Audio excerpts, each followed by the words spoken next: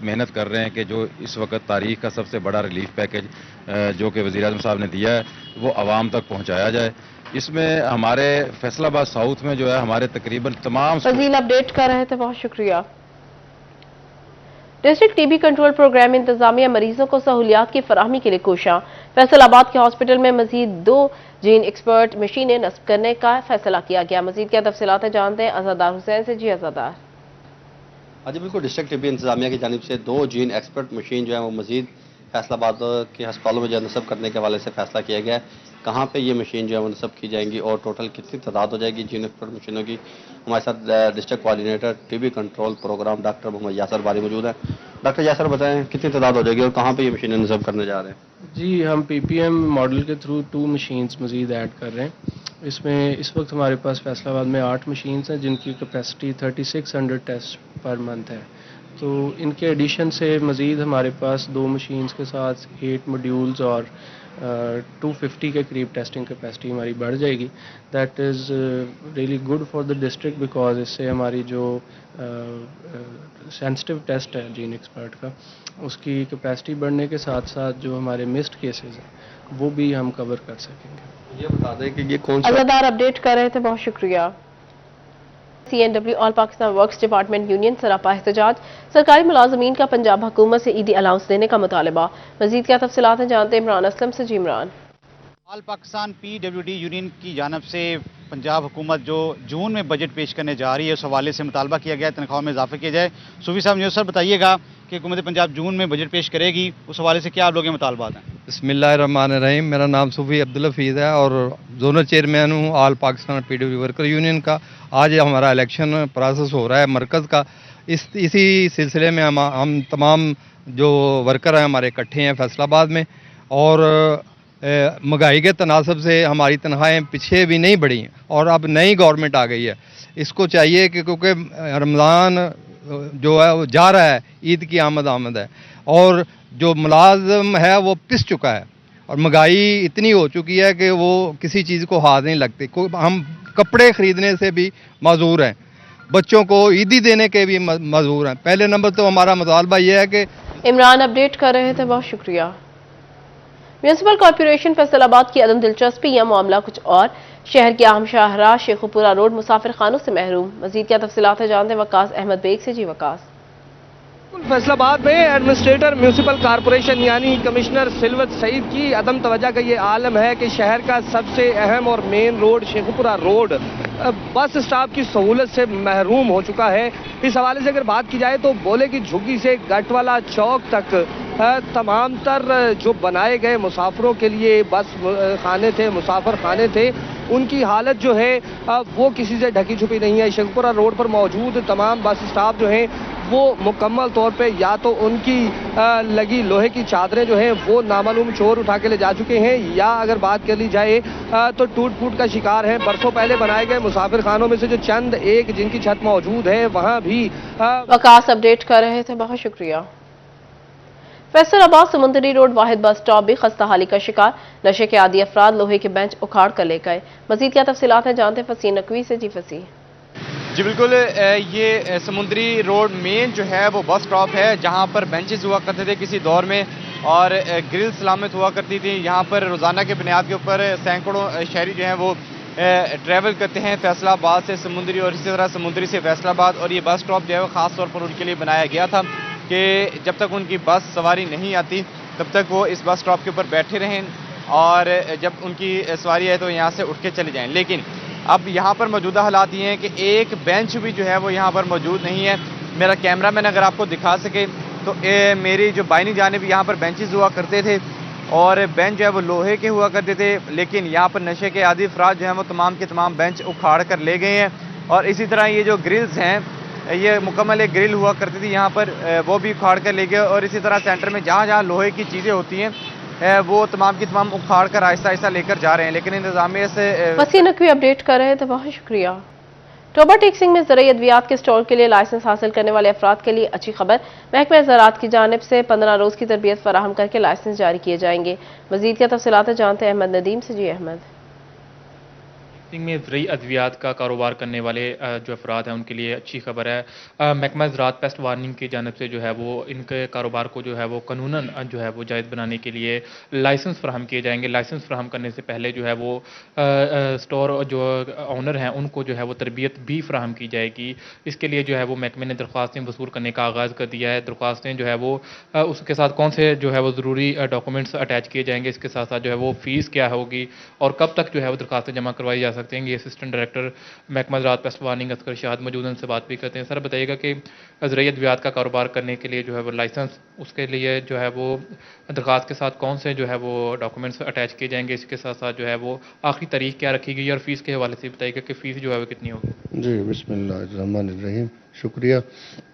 زرعی ادویات کا کاروبار کرنے والے خواہش مند حضرات کے لیے ٹریننگ سیشن 2024 کا پہلا سیشن اس کے لیے درخواستیں شروع ہو چکی ہیں۔ 1 اپریل سے 13 اپریل تک ہم درخواستیں لیں گے، جس کے ساتھ وہ اپنے جو خواہش مند حضرات ہیں ان کا کم از کم میٹرک ہونا ضروری ہے، یا فیلڈ اسسٹنٹ کا ڈپلومہ ہو یا بی ایس سی ایگریکلچر ہو تو یہ لوگ درخواستیں جمع کروا سکتے ہیں۔ اس کے ساتھ میٹرک کی سند کے ساتھ درخواست اور شناختی کارڈ کی 3 عدد تصاویر، ڈومیسائل اور دکان کا نقشہ اور سائٹ جو ہے وہ ساتھ دینا لازمی ہے۔ اس کے علاوہ احمد ندیم اپڈیٹ کر رہے تھے، بہت شکریہ۔ جنگ میں ضلع بیت المال کمیٹی نے ضلع بھر میں 153 مستحقین میں چیک تقسیم کر دیے۔ ایم پی اے بیگم عابدہ بشیر اور چیئرمین رانا محمد اکرم نے 15 لاکھ روپے سے زائد رقم کے چیک تقسیم کیے۔ مزید کیا تفصیلات جانتے ہیں بیورو چیف جنگ محمد رمضان مرزا سے۔ جی رمضان۔ ضلعی بیت المال کمیٹی کی جانب سے مستحق افراد میں 153 چیک تقسیم کرنے کی تقریب منعقد ہوئی، جس میں جھنگ ہی سے رکن صوبائی اسمبلی بیگم عابدہ بشیر اور اس کے ساتھ ساتھ چیئرمین بیت المال کمیٹی رانا محمد اکرم جو ہے انہوں نے شرکت کی اور ان مستحقین میں چیک تقسیم کی۔ ہمارے ساتھ موجود بھی ان سے بات بھی کرتے ہیں۔ میڈم کیا کہنا چاہیں گے؟ عید کی آمد ہے اور مستحقین کو چیک تقسیم کیے گئے؟ جی میں بالکل ان کی چیئرمین بیت المال کی بہت مشکور ہوں کہ انہوں نے آج مجھے یہاں پر موقع دیا کہ میں اپنے ہاتھوں سے غریب لوگوں کو اور معذور لوگوں کو چیک تقسیم کروں۔ واقعی جب میں نے یہاں آ کر دیکھا چیک تقسیم کیے، واقعی وہ معذور لوگ تھے اور کچھ بہت ہی غریب لوگ تھے جن کو انہوں نے چیک تقسیم کیے۔